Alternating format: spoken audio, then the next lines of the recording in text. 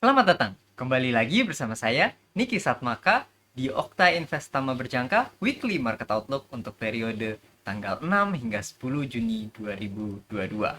Weekly Market Outlook ini kami persiapkan untuk membantu Bapak Ibu teman-teman trader sekalian memasuki minggu trading yang baru. Karena seperti yang kita tahu, persiapan adalah salah satu kunci kesuksesan dalam trading. Sebelum kita mulai weekly market outlook kita, saya akan memperlihatkan terlebih dahulu slide disclaimer ini. Mohon dibaca, akan saya biarkan di layar sejenak.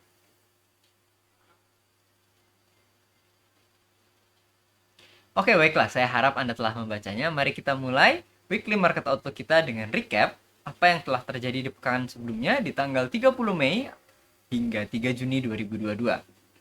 Dari Jerman, tingkat inflasinya bertumbuh dari 7,4% ke 7,9%. Ini adalah level tertinggi sejak 1974. Dan di Jepang, consumer confidence akhirnya meningkat ke level 34,1 setelah status darurat diakhiri oleh pemerintah Jepang, menyusul penurunannya tingkat kasus COVID-19 yang baru.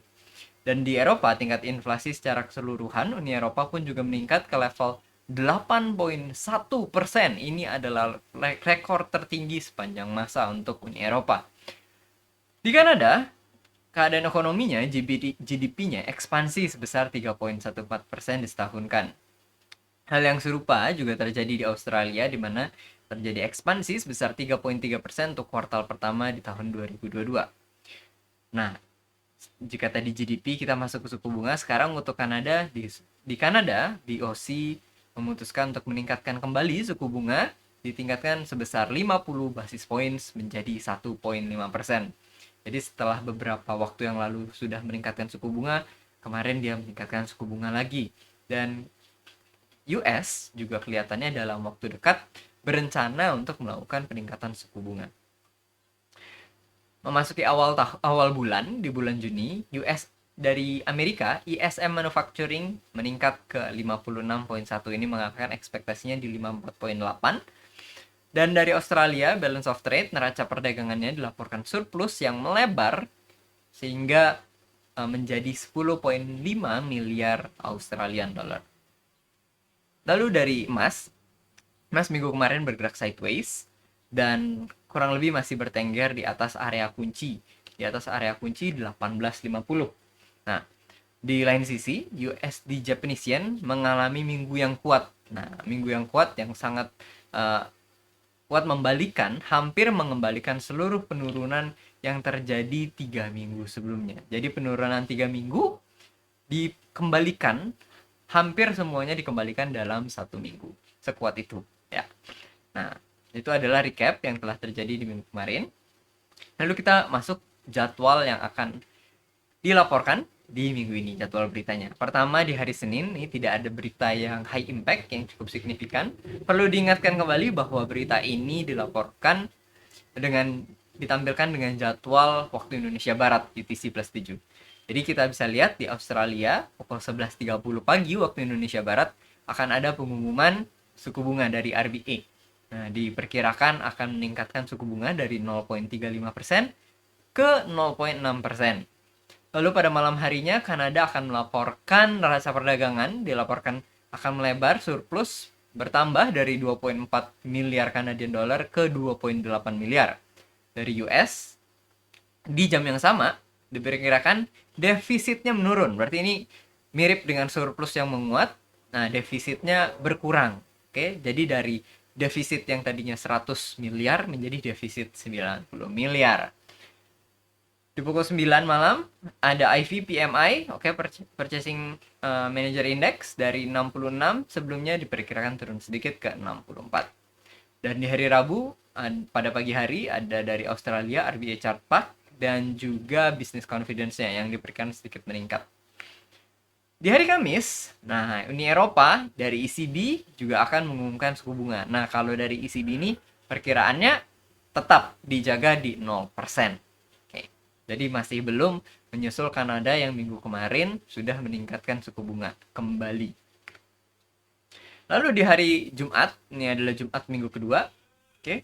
Setelah Jumat minggu kemarin NFP ya. Nah, jadi kita masuki Jumat minggu kedua. di mana akan ada berita penting juga tingkat inflasi Amerika. Nah, tingkat inflasi Amerika dari ekspektasinya adalah 8,3%, masih stabil di sana. Lalu juga akan ada Michigan Consumer Sentiment sedikit meningkat. Nah, sekarang mari kita bahas key technicals yang perlu kita pantau. Pertama dari emas ya. Emas bergerak relatif sideways setelah mengetes area bawahnya.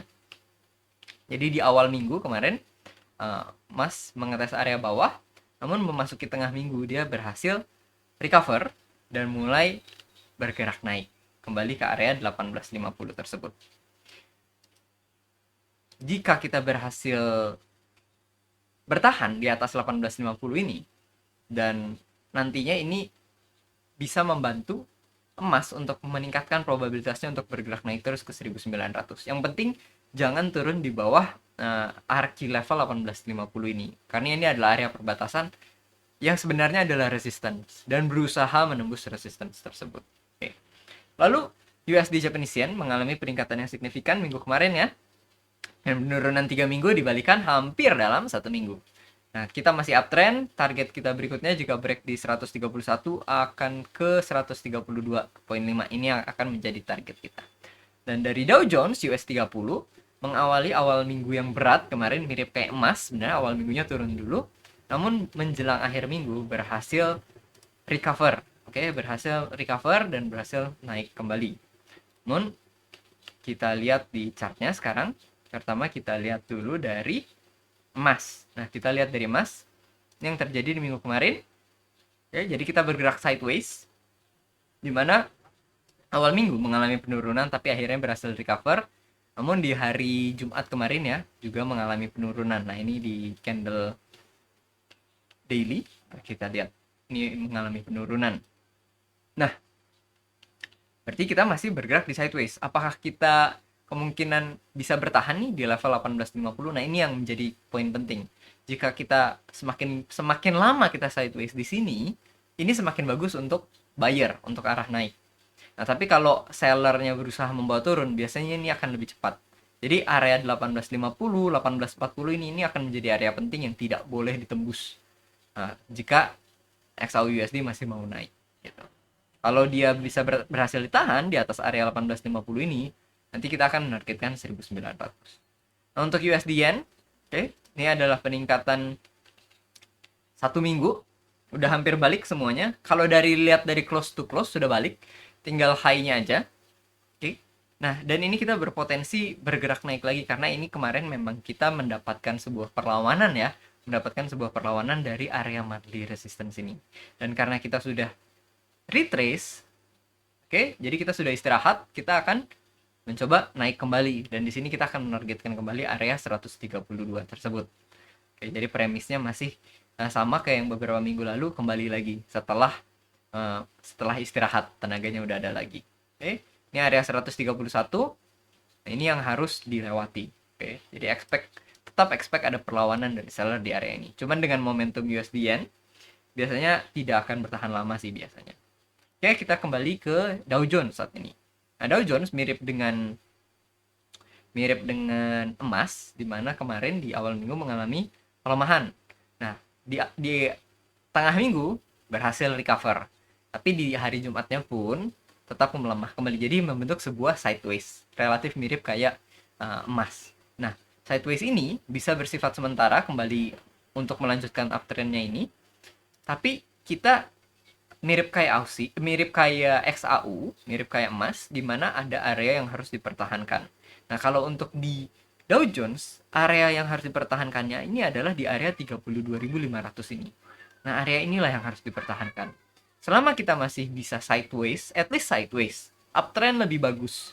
Selama kita masih bisa sideways di area ini dan area 32.500 ini tidak di-violate, tidak dilewatin dan ngebentuk lower low, lower high terus menerus, perlahan-lahan, selama itu tidak terjadi, nah kita bisa lebih optimis untuk menargetkan 34.100. Jadi kita harus memantau. Nah, dengan adanya kemarin yang hari Jumat, ini kan membentuk sebuah lower high. Nah, ini sedikit red flag, tapi belum red flag. Kita harus lihat nanti di minggu depan apa yang terjadi. Jika ini terjadi konsisten, nah ini lanjut terjadi konsisten seperti ini, nah ini adalah tanda bahaya. Tapi jika kita berhasil melewatinya dan ini masih bertahan, 32.500 masih bertahan, oke, kita masih bisa menargetkan ke atas. Itulah yang harus diperhatikan nanti pada pembukaan dan minggu berikutnya. Oke. Ya, berikut itulah merupakan market outlook kita untuk periode 6 hingga 10 Juni 2022. Selamat trading dan happy hunting traders.